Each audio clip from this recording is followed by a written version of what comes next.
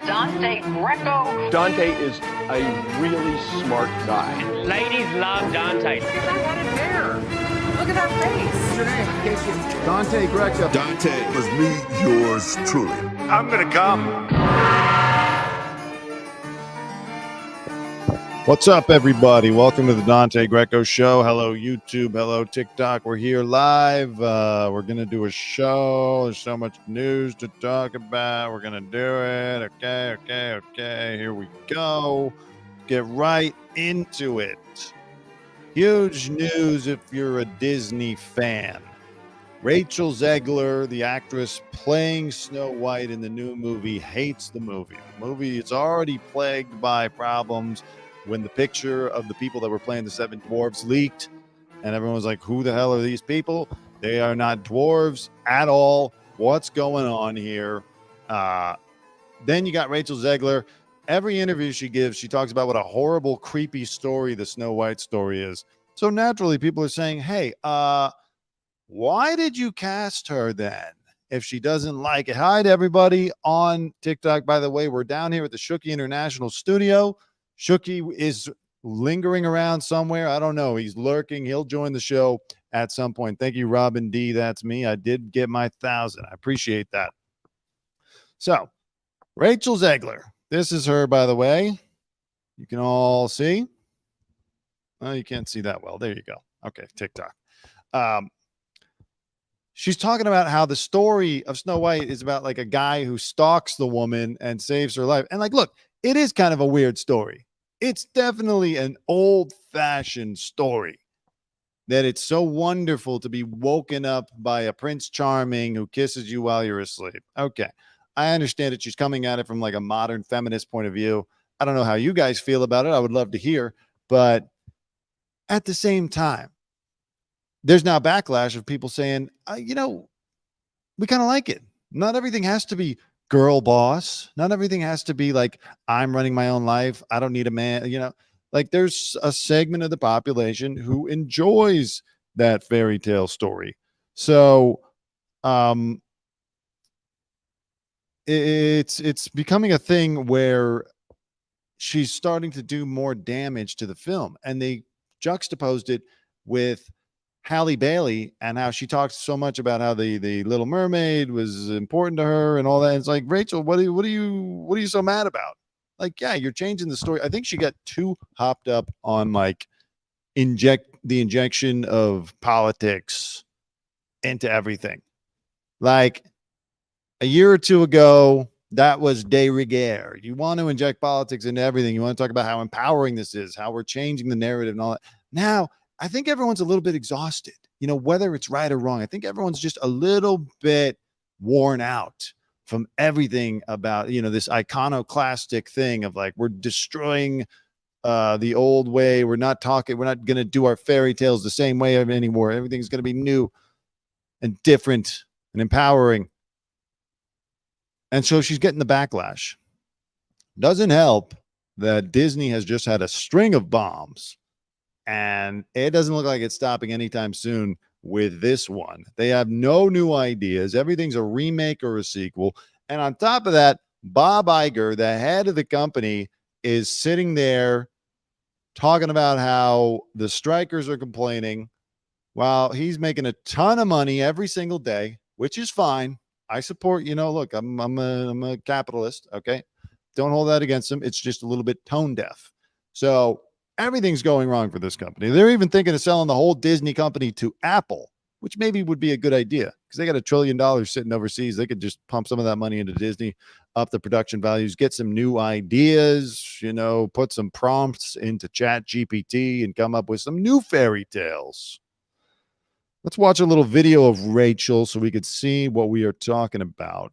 Nothing against Rachel. I think that maybe she just got some ill advice. Maybe her team was like, oh, it's good. Yeah, talk about how horrible the Snow White idea is. It's really bad. How you doing, Queen of the Peach State? Thank you for joining. Thanks, everybody. Thank you for hitting that like, by the way. We're talking. For anyone just tuning in, Shookie's out there somewhere. We got to find him. It's like a Where's Waldo, except he should be very easy to find if you know what kind of clothing he wears. It's very loud.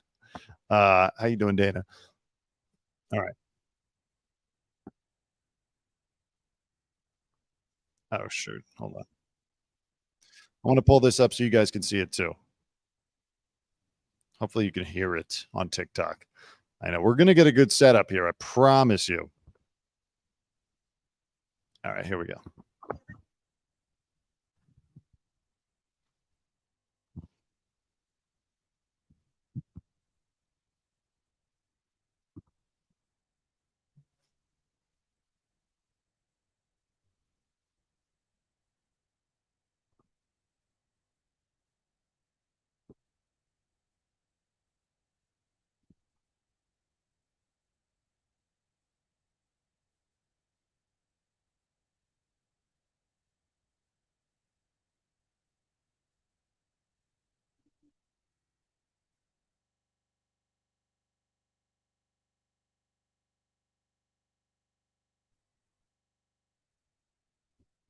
Okay.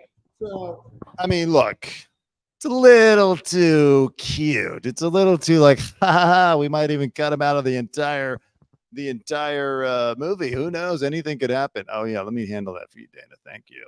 Thank you for the reminder. You got it. Appreciate that. Right? Am I crazy? It's a little too. She's a little too. What's the word? Arrogant?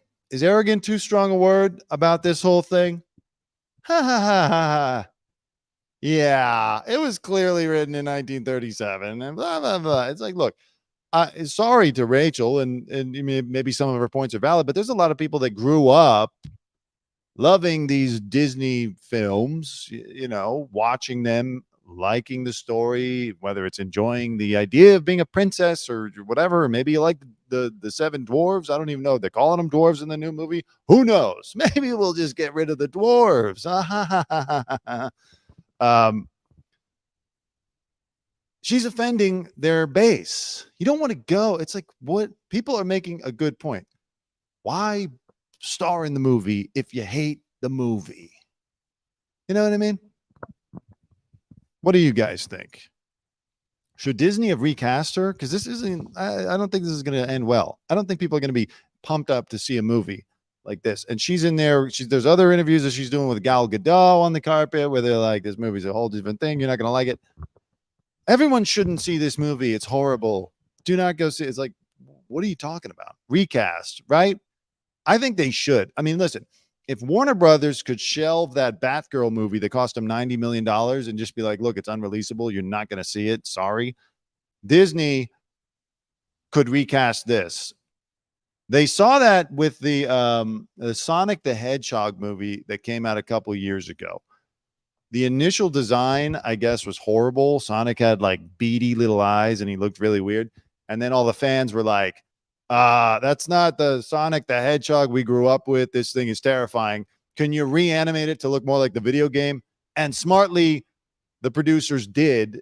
And I don't know if it was a hit, but it wasn't a huge bomb. Or at the very least, they listened to their customer base. So I agree with you guys. I think they should recast it. Screw it. Start the whole thing from scratch, you know, kind of like how the Barbie movie was initially supposed to be Amy Schumer and her vision of Barbie. And they're like, we're trying to make this a big hit and we want to make a lot of money with it and have like merchandising and tie-ins and all that kind of stuff. We're going to edge away from Amy Schumer's vision of Barbie. And we're going to go with Margot Robbie, maybe a more conventional choice, but actually the right choice. Because look at the movie. It just crossed the $1 billion mark last week. It's okay. Cut your losses. Do not get into a sunken cost fallacy of thinking, well, we came to the dance with Rachel Zegler. We got to stay with Rachel Zegler. Get rid of her.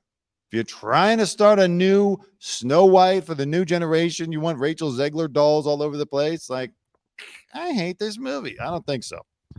Save yourselves. Save it. All right. Good stuff. We got some great energy. Oh my God, 2.4 thousand likes. I didn't even ask. Thank you so much. Okay, hold on. Ghostcraft with a different opinion. Everything doesn't have to be exact to original, different director, different interpretations. I agree, by the way. And I am not one of those people who's like This is not canon. You can't change anything. I actually like it when people reimagine stories and even cast actors of different ethnicities or different genders or whatever. It's interesting. But there's a difference between that and having someone who actively dislikes the source material and is just going around bad mouthing it everywhere. Like, even if she doesn't like it, if she thinks it's kind of creepy and whatnot, okay, fine. But like, don't, maybe after the movie comes out, go on, some podcast or something and talk about how, like, before we made the movie, I really had some problems with the material. It's kind of creepy, so we did our best to update it. But like, the movie they haven't even put out a trailer yet, and you're already like, it sucks. It's horrible. It's a bad time. No one should like this movie. If you like it, you're part of the problem. If you liked Snow White, the original, you're part of the problem. You are keeping us all down, and we hate you. Me and Gal Gadot hate you. Should never be bashing something. Yeah, exactly. It's kind of like and by the way, just from a career standpoint, I would advise Rachel to like back off a little bit. Iger's probably sitting there like, look, I got enough problems to deal with the strikers and us not wanting to pay them and use their image. Can you just pump up the movie instead? I mean, Harrison Ford is 80 something years old. He was out there working the Indiana Jones movie, crying, making a big deal about it. He was out there at 81. Rachel can do it, and I would advise her not to, because you don't want to wind up like one of those actresses where everyone's like, okay, we're not going to cast her. You really going to take a chance casting Rachel Zegler, who is, talented and an emerging star, but she's certainly not a proven commodity. We all saw how poorly West Side Story performed. Not necessarily her fault. A lot of it was having to do with the main actor and his problems, but still, she's not like a seat. She doesn't fill seats, so she should be careful. In a similar way to the girl who plays Wednesday Addams. What's her name again? Wednesday. Wednesday. What's her name? Wednesday Addams, played by Tuesday Weld. The girl who plays Wednesday. Anyway, she's on there like, yeah, I had to tell the writers, I don't want to say those lines. Jenna Ortega. Thank you very much, Wig Splitter and Ghostcraft. Yeah, she's like giving interviews like, ugh, I told the writers Wednesday wouldn't say that. I don't want to do that. And she's like acting like she took over the show and become the creative driving force behind it. And then I saw on Twitter some executive or producer was like, hey, those writers work their ass off, have a little respect, that type of thing. Behind the scenes people will tank your career. If you piss them off, they will tank your career. I mean, I don't know who Lizzo pissed off, but the way that this is all moving, she must have angered somebody behind the scenes, and they're tanking her career. Whether or not she, the lawsuit accusations aside, which seem somewhat legitimate. Hey, Kelly. They can either save you or they can tank you. In my opinion, this is just my opinion, not basing it on anything. Jonah Hill looked like he was heading for a tanking when all that stuff about his surfer girlfriend came out, and tank you. And it was like, Jonah Hill's career is going down. And then some other actress made a public statement. Then could have just been a twist of fate, but SAG goes on strike. Jonah Hill's story is off the front pages, and everyone forgets about it. And then next thing you know, we see him, and he's like extremely thin and like looking tense as always. He always looks very tense. But everyone's kind of moved on from the girlfriend story. So maybe some angels pulled some strings with their wings and saved Jonah Hill's career. Okay. Let's move on from Rachel Zegler. This story is crazy. The Blind Side. I didn't see it, but I do know that Sandra Bullock won an Oscar for this movie. You can give feedback, but don't say I'm not going to do something. No ifs, ands, about it. Yeah, exactly. Sandra Bullock won an Oscar for the story of The Blind Side. It's about a white family that adopted an African-American man, and like he gave him a chance to play football, and then he made it into the pros, and it was a big thing, and it was a feel-good story. Well, he is now finally calling BS. His name is Michael Oher. Oher. Shoot, I lost it. Okay. He's alleging that this family made millions off of his life.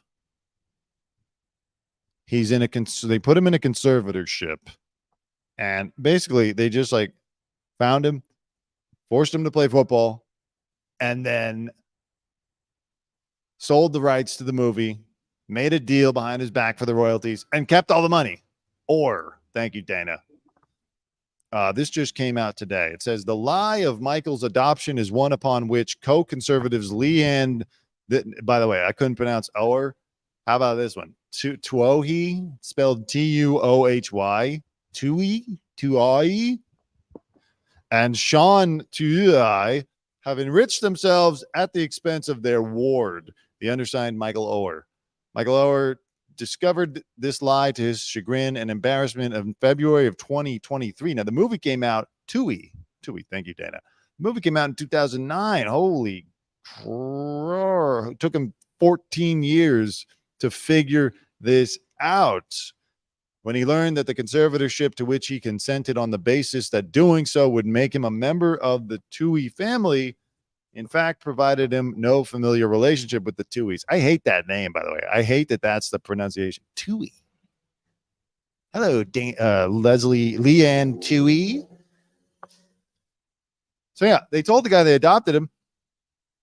Turns out that they didn't. Did Joy of Everything send me a hi? I'm sorry, I missed it. Joe, send me a request. Come join me. What's it called? Yeah, the Tuohys lied to the guy. They said, well, we're adopting you. You're part of our family. Yeah. And then they just took all the money. It's insane. I want to hear from Sandra Bullock. Now, unfortunately, I know Sandra Bullock's partner just passed away, so it's very sad. Do we really want to be knocking her door down trying to get a comment on this? But I think we should send a letter. Because, like, it's got to feel weird to win an Oscar for a story that was a complete lie. Like, should she return the Oscar? I mean, she did the work, okay, but like it's hollow at this point, right? Should Sandra Bullock now adopt Michael Oher and have art imitate life? What would be the resolution? According to the legal filing, the movie paid the Tuohys and their two birth children each $225,000 plus 2.5% of the film's defined net proceeds. The movie, wow, they probably got a bad deal themselves. Don't ever go for the net in Hollywood. Always got to go for the gross. Easier said than done, but net deals are not good.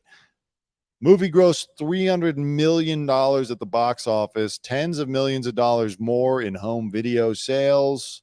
Oscar nominated for Best Picture. Of course, as I said, Sandra Bullock won, but he seemed not to get much money out of it.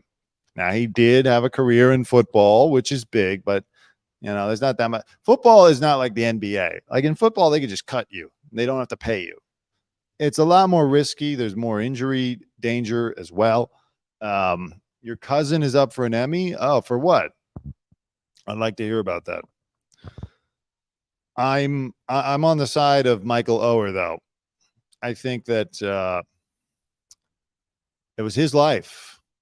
Nobody cares about the Tuohys. Like, you're not just going to make a family about the Tuohys doing what? Living in where are they from? Where are they? Mississippi? Was that it? The Tuohys were in Mississippi? No one cares about the Tuohys. Sandra Bullock's not showing up to play Leslie Ann Tuohy if there's not a football player inspiring story against the odds to go with it. So I am encouraging the judge, whoever that is, Judge Dredd, to rule in the favor of Michael Oher. Take it all away from the Tuohys. You know what? That's really sinister stuff. All the guy wanted was to be in a family. You tell him you're adopting him. Secretly, you pull a Britney Spears on him. Next thing we know, Michael Oher is going to be making those weird dance videos with the black eyeliner looking up and crazy. Pay him. It's time for him to get paid. So I'm with that. And if he's got a book, I'm going to be honest, I'm not going to read it, but who is this? Someone's trying to join the live. Okay, sure. I'm not going to read Michael Oher's book, but whatever. All right, we got someone on the TikTok live. Who are you and what are you doing here? How did you find your way to this live?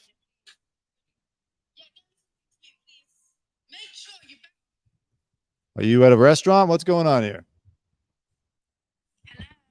Hi. You sound like you're from London.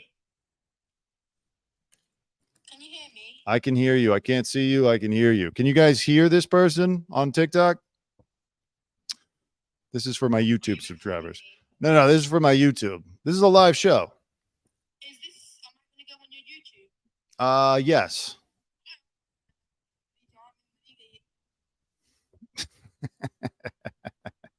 I don't get it. She knew that we were on live. Who is that? And what did she want? R.I.P. Magoo. Yes. Took me a minute to remember who Magoo was, but he used to rap with Timbaland. I remember him. Good for, or not good for Magoo. R.I.P. Magoo. Good for Michael Oher. I hope he wins this. Yeah, again, Michael Oher, I'm not going to read his book, just going to be honest, but I hope it does well. Stevie Nicks is getting a lot. She's getting slammed. Stevie Nicks from Fleetwood Mac. You know what? Forget this story. It's not that interesting. She made a post talking about the fires on Maui. She has a house out there. She's complaining about her jewelry and her mansion and all that. People are upset. You know what? Honestly, who cares? I mean, do you think Stevie Nicks at this point in her life, she's 75 years old, been living on Hawaii for years. Do you think that she really is in touch with the world? Can you hear now? Can you hear better now on YouTube? What's going on with my mic? I think it's at its end. Let me switch mics. Zeb, let me know on YouTube if this mic is better. Yeah, you know, Stevie Nicks, who cares? Whatever. She's upset. She's upset. Slam that like button, everybody. If you're having a good time. Shooky is still missing. We're about to file a police report. I don't know where he is. If I were a country singer, I'd be Garth Brooks. Well, thank you, Bert Fubbles, official. I like how you're Bert Fubbles official. Like, is there some other Bert Fubbles or is there an imitator? Please let me know. Oprah has a house in Maui and was at the evacuation center handing out donations. Yeah, Oprah also showed up with a camera crew. Now, my first instinct was like, of course, she wants to film it. She wants to make a special out of it. But then I thought, who's not filming stuff these days? Everybody films everything these days. So I'm not going to hold that against Oprah. Oprah was on Joe's Live yesterday. Yes, we are at Shookie's studio. If anyone's asking, what's up, Chris does stuff. Oh, like Michael Bublé. Bert Fubbles is the next Michael Bublé. Fantastic. For people on YouTube, I'm talking to the commenters. Slurring. Taryn Manning from Orange is the New Black. You guys hear about this story?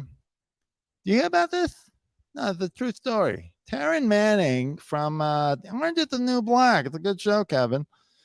So she put out a video and she has sparked concern with a slurring post, a 3-minute video detailing graphic sexual acts she had performed on an unnamed married lover. In the now deleted clip, the Orange is the New Black star 44, who played Tiffany Doggett in the Netflix show, detailed how she performed these alleged acts on the man, wanted to buy him a boat, and claimed his wife threatened her with a restraining order. Okay.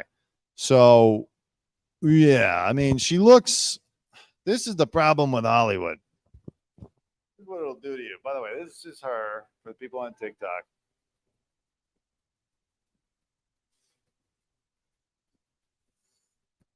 Not going to play the video or get into the graphic details because I don't want to get taken off, but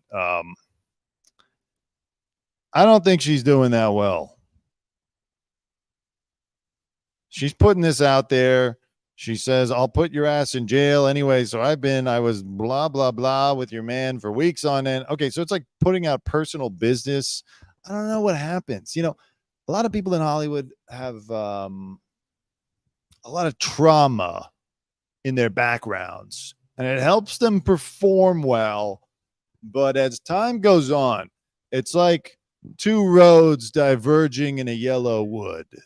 You will either continue on a path of success, stardom, money, or you will wind up in your car making videos, complaining about some woman and how you were with her man. And it'll be like a sad downfall kind of thing. I don't think there's an in between, unless you go the route of like Kathy Ireland, who was a supermodel in the early 90s. Then next thing, she creates like a sock company. She's worth $1 billion because of Home Shopping Network. You know, you can go that route. You can become business person and leave acting. But it's either like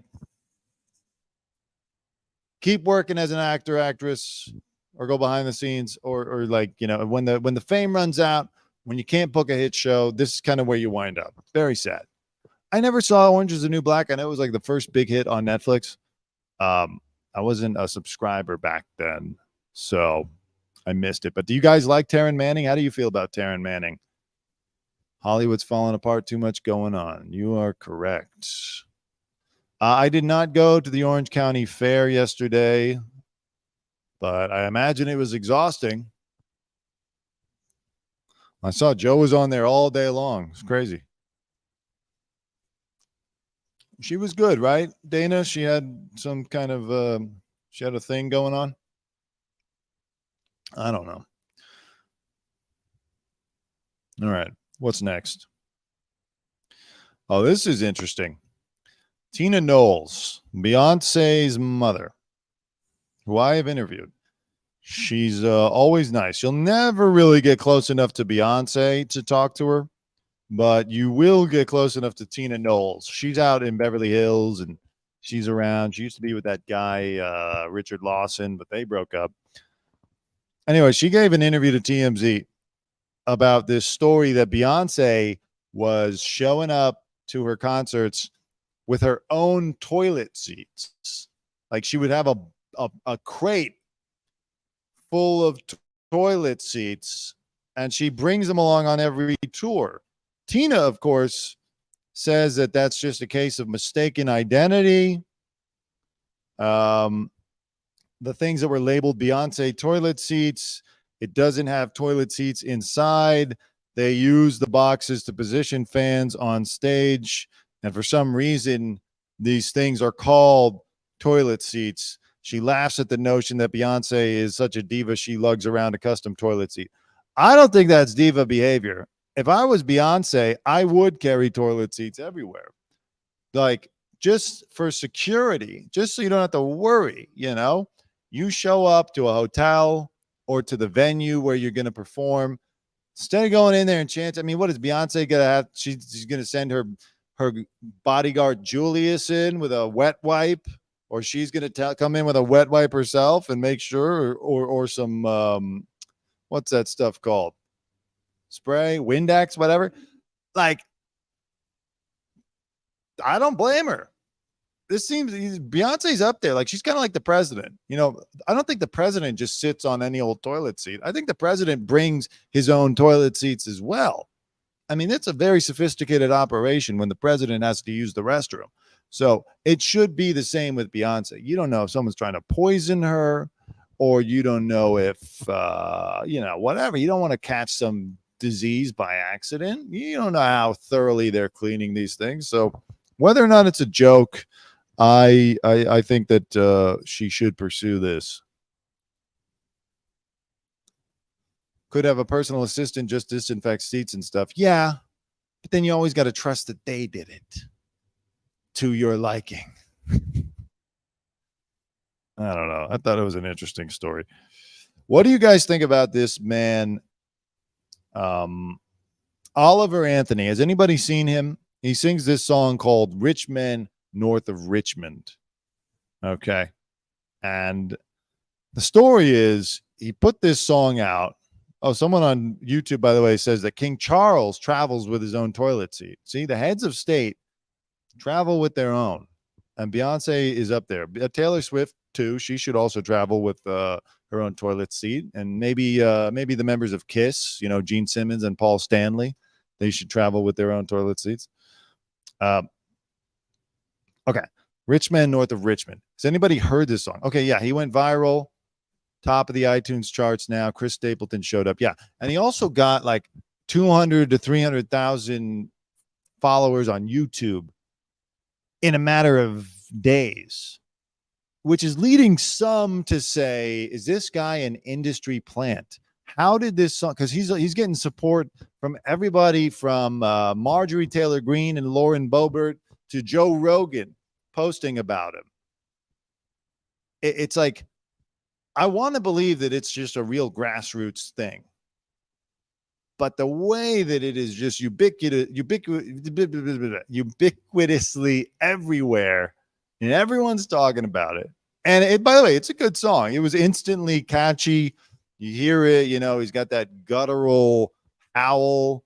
He's outside, it's stripped down. It's an appealing video. It's an appealing song. It's an appealing message. And it's just the way that it's getting pumped up so big, so fast, makes me wonder. The last real grassroots growth person that I saw was the Joy of Everything on TikTok. Other than that, it's been a while since I've seen a real grassroots thing. I mean, people even have questions about Ice Spice. Ice Spice, the rapper with the red curly hair. Everyone's like, how did she come out of nowhere in the last year? Is she an industry plant? Are they pumping her? Or you got this podcaster, Bobby Alfoff, who's interviewing all the rappers. She's interviewing Drake. She's interviewing Offset. She's interviewing Lil Uzi Vert. She's with all these people out of nowhere. She came up on TikTok or something like that. Yeah, that Bobby girl too. Exactly, Finesse. She claims that she just paid people like $300 to get her connected with celebrities, and the celebrities liked her, and she said yes and all that. By the way, now there's some drama going on with that. Okay, this is real inside stuff. You got to really be on the internet to understand this story. But Bobby Alfoff, the low-key TikTok podcast girl, and Drake did an interview, and then now today they've unfollowed each other, and the interview has been deleted from YouTube. And everyone's like, what's going on? Did Drake try to make a move? To my knowledge, Bobby is married, and I think has a kid or two. So, or is this just another part of the bit? We don't know. I'm curious what you guys think. Getting back to Oliver Anthony, another redhead like Ice Spice, which, by the way, maybe that's the thing this year. They said, look, we need redheads, push redheads. Ice Spice, Oliver Anthony from the woods, get him out there. I would like to know what people think about him. Let me pull up the song if anyone hasn't heard about him, because I just found out about this over the weekend. I read an article and it's like the blue collar anthem that's storming the country and taking over. All right, hold on.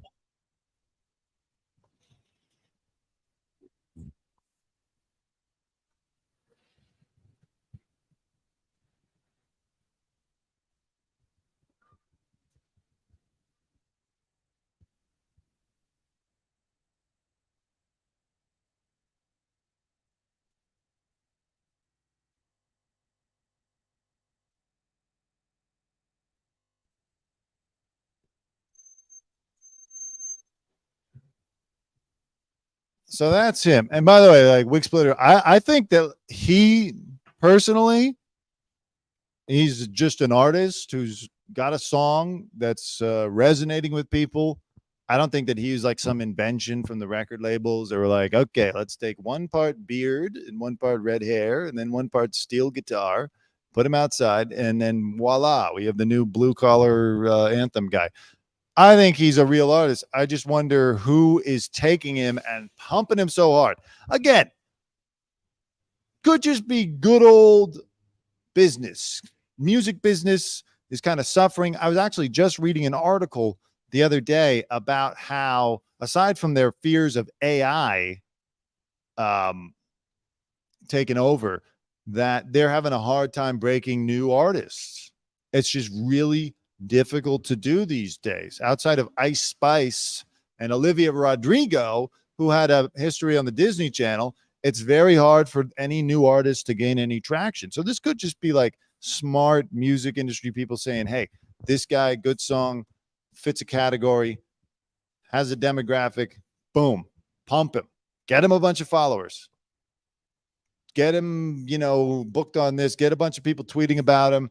Let's grow him so we can make a new hit. Shooky is simultaneously, yes, Shooky has 2 accounts.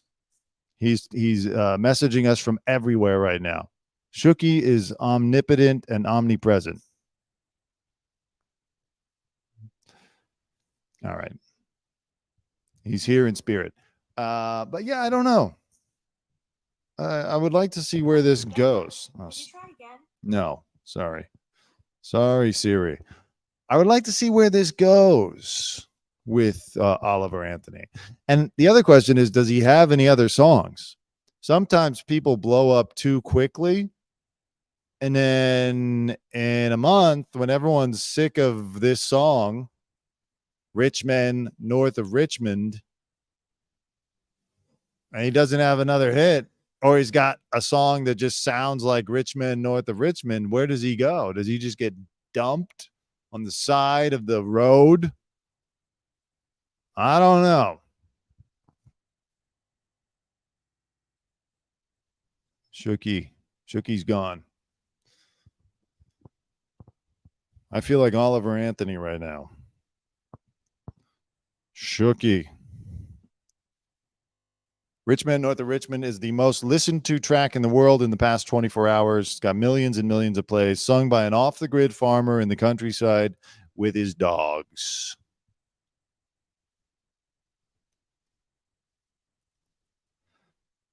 I don't know. We'll see. Let's see if he makes any appearances at any political rallies. I'm sure they're fighting over him. I'm sure Trump and DeSantis's teams are both like, hey, Oliver, come on down. Oliver, we'd love to have you at the next rally. Please clap. All right. Anything else? I don't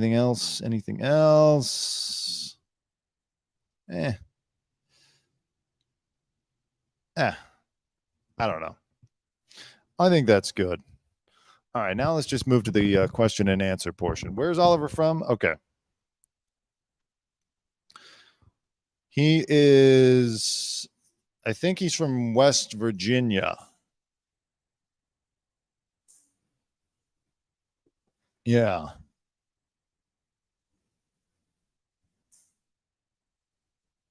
He's from West Virginia. Him and Shooky are going to do a collab. By the way, they're going to do a new song.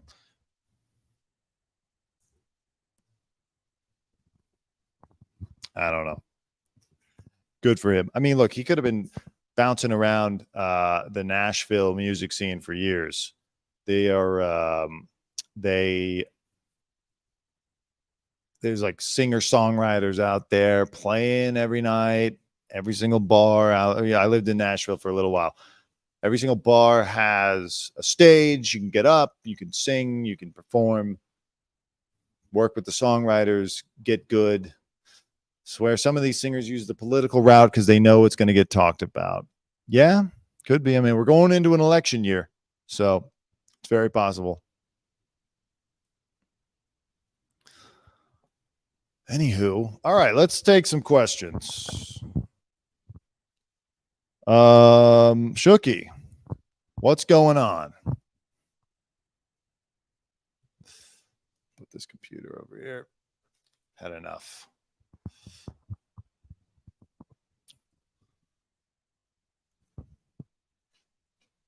What's everyone doing today? So what was it? What's going on with... Oh, wow. Thank you. I don't know what that was, but thank you. Made a nice noise. What's going on with Joe today? I saw someone say that Joe is having a rough time. Yes, we can talk about Prince Harry. Let's talk about it, Diamond. Any hats around? Hey, got some hats over there. A couple of Shooky hats. That's from the latest Shooky collection. Oh, car problems for Joe. Okay.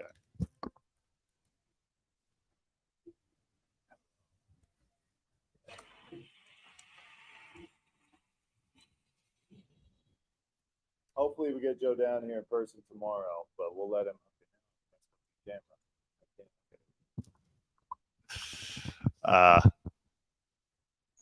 Extreme. All right.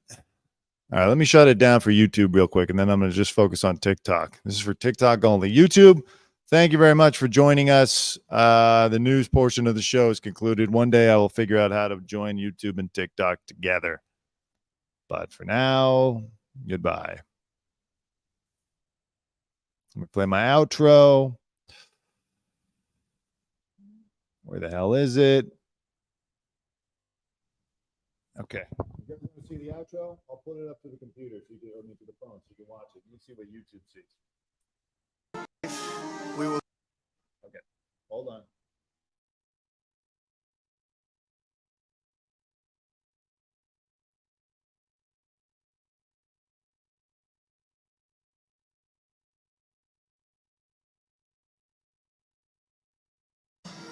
Have a good life. We will.